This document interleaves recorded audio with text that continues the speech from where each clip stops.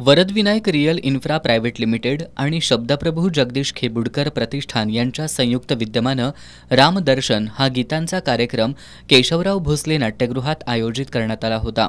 विद्यापीठाचे कुलसचिव D.N. शिंदे, उद्योजक शिवराज पाटील, स्वागत परुळेकर, कविता खेबुडकर, अंगाई खेबुडकर, रघुनाथ ढमकले, P.A. पाटील यांच्या प्रमुख उपस्थितीत दीपप्रज्वलनानं या कार्यक्रमाची सुरुवात झाली। मंगेश पैंजणे, घनश्याम वेंगुर्लेकर, पोपट जावीर, संग्राम पाटील, अंगाई खेबुडकर, कविता खेबुडकर या कलाकारांनी गीतातून रामदर्शनाचं महत्त्वाचे प्रसंग सादर केले। त्याचबरोबर जगदीश खेबुडकरांनी लिहिलेली काही गीतं यावेळी सादर करण्यात आली। यावेळी तबला साथ धनंजय गुरव यांची लाभली, तर वायोलिनची साथ केदार गुळवणी यांनी दिली। या कार्यक्रमाला रसिकांचा उत्स्फूर्त मिळाला।